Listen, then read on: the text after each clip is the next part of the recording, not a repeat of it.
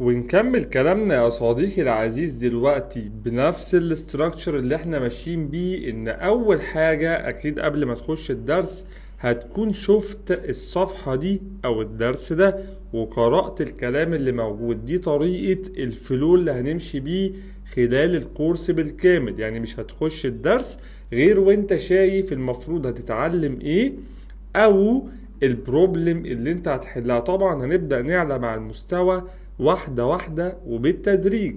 يعني دي مشاكل بسيطة جدا لو انت عندك خلفية قبل كده. لو انت اول مرة دي هتكون مشاكل معقولة جدا. تعال نقرأ مع بعض. بيقولك write a Kotlin program that print welcome to Kotlin to the console.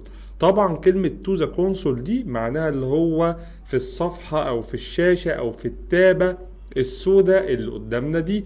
بيقول لك the program should concatenate a variable. concatenate دي معناها اللي انت تجمع اسم على التاني او string على التاني such as a username and include that in the print message. طب ما تيجي مع بعض